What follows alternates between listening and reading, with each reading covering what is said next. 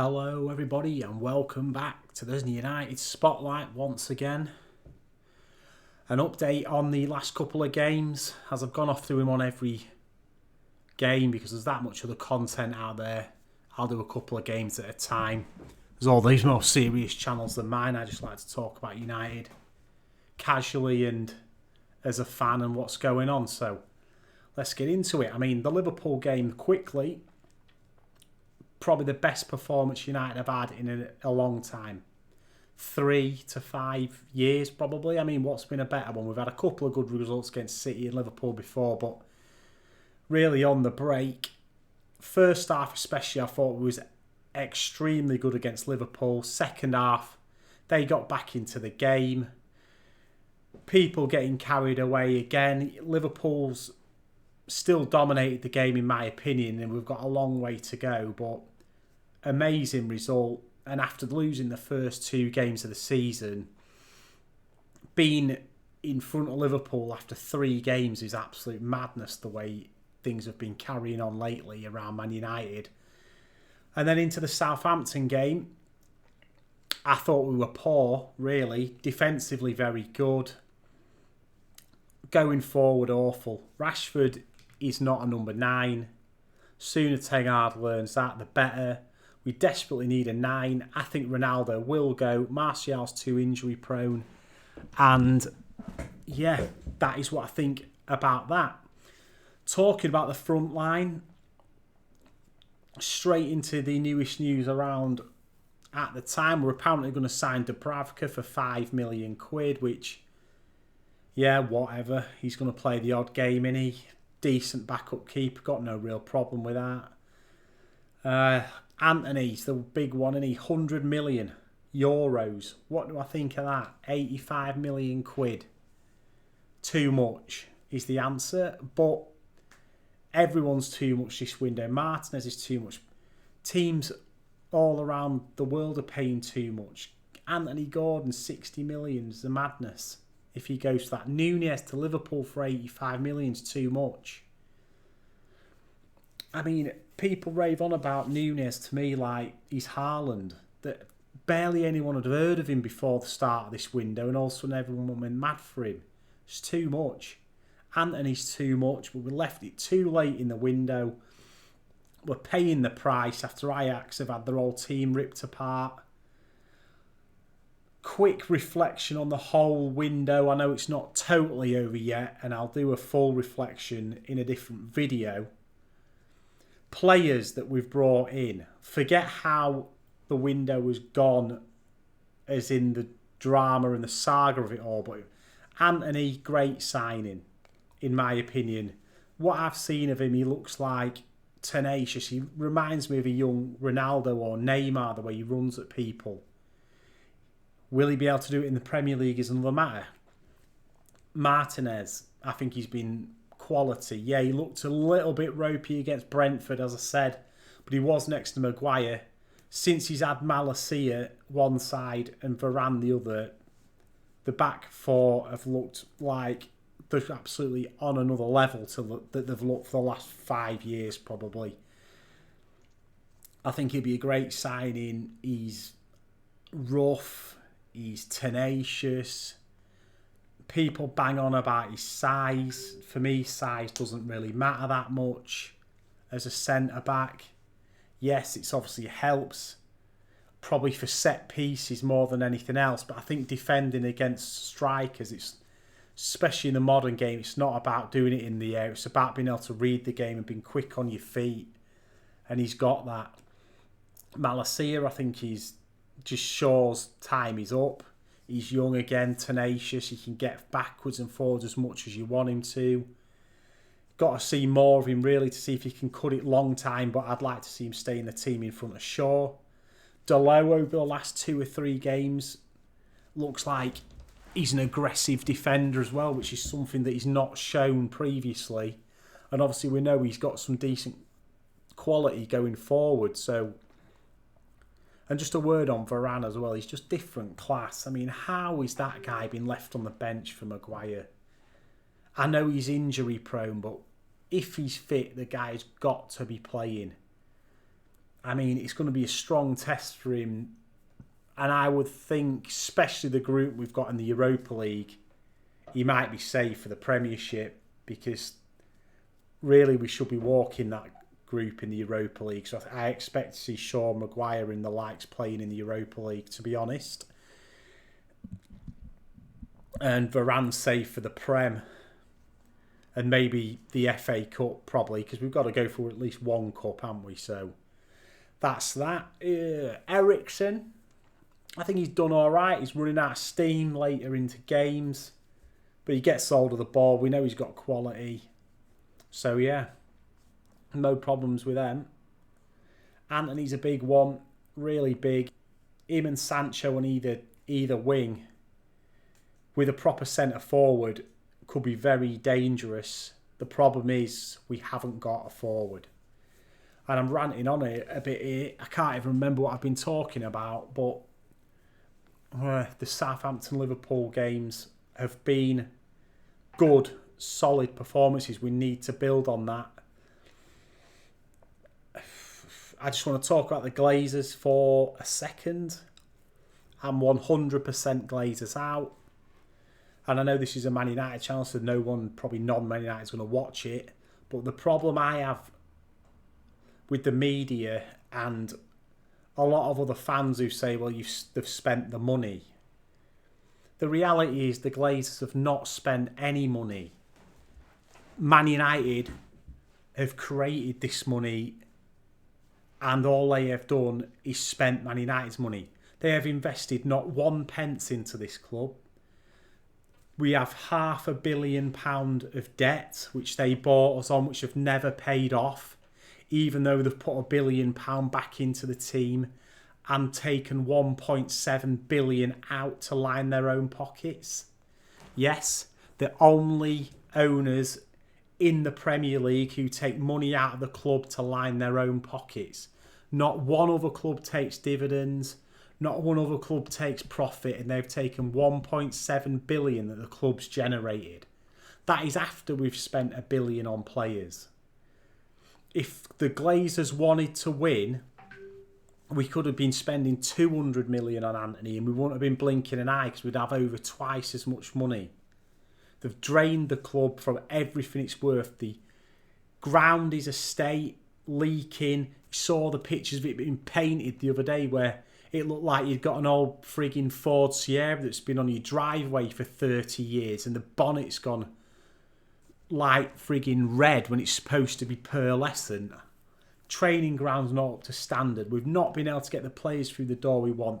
The people they're putting in charge, Woodward for the last 10, 15 years, pathetic. I was willing to give Arnold and Murta the benefit of doubt for this window. But the way the club has acted over this transfer window, to me, we might end up having an alright window. That's what I was talking about, wasn't it? Looking at the players we've got in against how the window has actually been. So we might end up with Antony, Martinez, Eriksen, Dubravka, Casemiro. I haven't talked about what a signing Casemiro is. Everyone moaning about him being 30 years old. He's probably one of the top 3 defensive midfielders in the world. How 4-5 Champions Leagues has he won?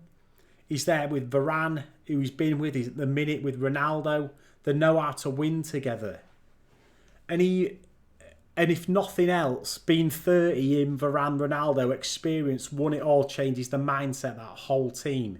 Because the team is full of people who've not won anything.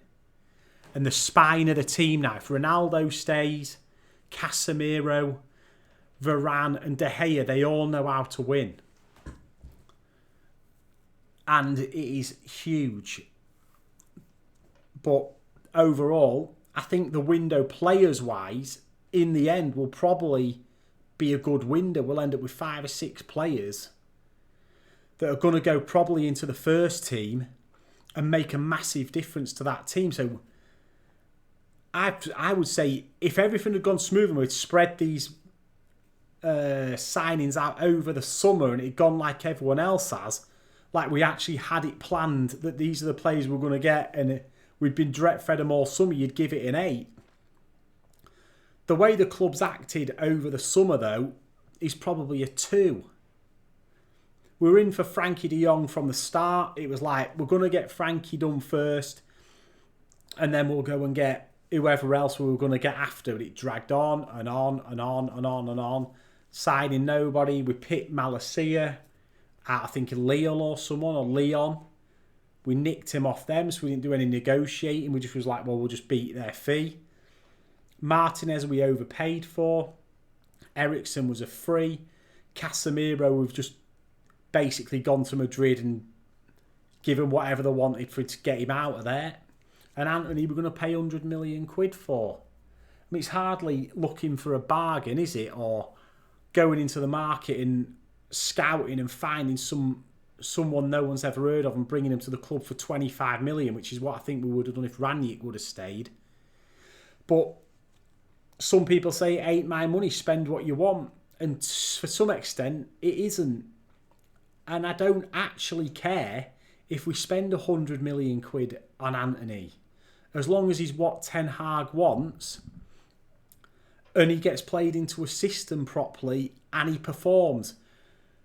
The hardship comes if we spend 100 million quid on Antony and he turns out to be another Depay, who we're also linked with, or he's no better than Rashford, or, you know what I mean, and he's a flop.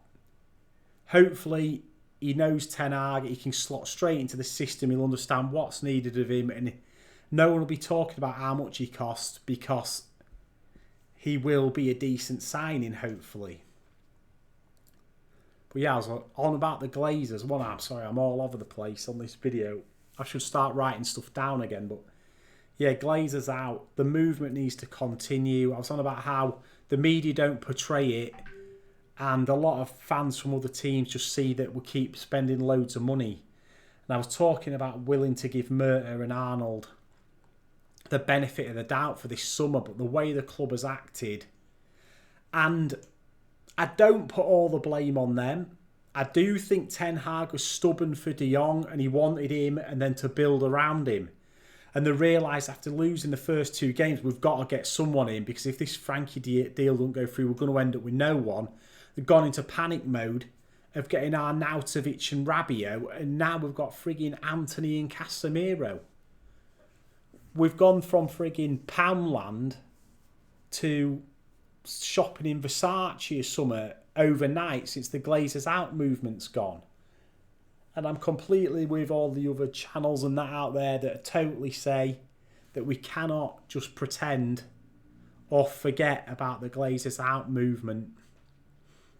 Once the season started and we've won 4 or 5 games and Antony's scoring and Sancho's turning it on and Casemiro's smashing up every midfield in the Premier League.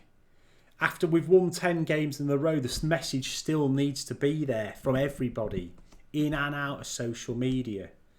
And it needs to be put across, I think, by the people like Gary Neville, Ferdinand, and the likes of that are in the media all the time. Scholes, the lot of them. Savage, anyone on any channel who's got a voice to the mainstream media, why the United fans want the Glazers out. And to also so that other fans understand the reasons why. Because at the minute, you just get the impression, the moan, you spent 1.5 billion quid. Yeah, and why haven't we got anything to show for it? Because of the people the Glazers have employed. Why have we got to burn a stadium that looks like a shithole? Because they won't invest in anything. All they want is that in a January and in a summer. £1.7 billion they've lined their own pockets with, while the club is still over £500 million in debt. So make sure you keep the movement going for Glazers out. I don't really care who the buyer is as long as it's not an American investment company. Anyone who's not American basically would be a start. So yeah, we'll go on to the Leicester game now, because I'm wary I've been rambling again for 15 minutes. So Leicester, a team who haven't been able to buy anyone. I think probably by the time we play them on Thursday, Tielemans won't be there either. I'd be surprised if he's still there. I think it looks like Vardy signed the new contract and it looks like Maddison's not going anywhere. Seem to have stabilised ourselves a little bit since the start of the season, but it's a game I expect United to win. Two teams that I think are fairly similar set up in the current time, where they both like to kind of soak up a bit of pressure and then hit on the break. I think United should have enough quality to beat Leicester, especially in the current climate, and they're probably going to lose, like I say, they're going to lose Tielemans, they've lost Schmeichel, they're going to lose Fofana. You know, they're nowhere near as strong as they were a couple of years ago. It should be a game we should win comfortably, I think. I think it should be an easier game than Southampton, because we've never been particularly great away at Southampton. And Southampton will sit back, we've got to create something, and that's where we struggle at the minute, is when teams sit in front of us and trying to create. Because I still have a problem. I know Bruno scored the winner against Southampton, but I thought his passing was awful in that game. Just his simple passing, and he tries to do stuff you see Sunday League players doing all the time, where you get the ball in midfield and instead of getting hold of it and passing it, he's turning on it and he's hitting a long one, or he's trying to flick it round the corner 30 yards. It don't go to anyone. And long term, he's got to sort that out. But yeah, the Leicester game, back five has got to stay the same for me. Casemiro probably comes in. It's interesting who will take out. Will he still want the two? Casemiro and McTominay with Bruno in front, or Casemiro and McTominay with Eriksen in front, or will he go just Casemiro with Eriksen and Bruno? Personally, that's what I'd like to see him do.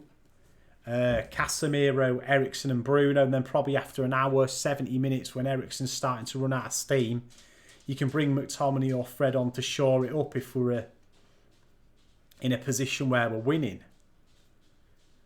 Up front, Ronaldo might not be there by Thursday, so we ain't got a striker. Do I think Antony will come straight in? It's possible. I think he'll be on the bench, Antony. Well, I don't think we've registered him yet. I think he is in Carrington now. I've just seen a tweet before I went and did this recording that he's landed he's in Manchester in Carrington, so I doubt he'll start. I think you'll see the same front three unless Martial's back, but I don't think he will be. I think if Ronaldo plays on Thursday, it'll mean he's staying, because I think the window shuts on Thursday. So if he's playing on Thursday, he'll be staying. If he's not playing, he'll be gone. Because I don't think we can play Rashford up front. Personally, I think play Sancho, Ronaldo and Rashford. Alanga, I think, needs to go out on loan. He's been thrown in there. He's done an okay job for us, but yeah, we are short up top. But he's not good enough, is he? Personally, I'd like to see Garnacho. If we're going to be playing a youth player out there, I'd rather he play Garnacho. And maybe he likes the work rate of Alanga, because he probably will get back more than Garnacho would. But I'd rather see Garnacho play, to be perfectly honest, if we're going to be playing a youngster out there. Alanga, I don't think, has got the quality anymore. He might have the work ethic. He reminds me of a bit of a Dan James. He's got the work ethic and the attitude, but has he got the talent to stay at Man United long term? Probably not, in my opinion. Harsh to say it, but it's true. And yeah, I'll leave it there. My score prediction for Leicester, I'm going to be optimistic and go for a 3-1 win for United. And we'll see what goes on in the rest of the window. Supposedly going to get another couple of players, but I'll talk about that if we do. I'll probably do a transfer window video on its own once the window's closed, and a bit of a Leicester game review at the weekend, Friday maybe. So yeah, on that note, I will see you on that one. Remember, hashtag Glazers out, and I'll talk to you on the next video. Peace.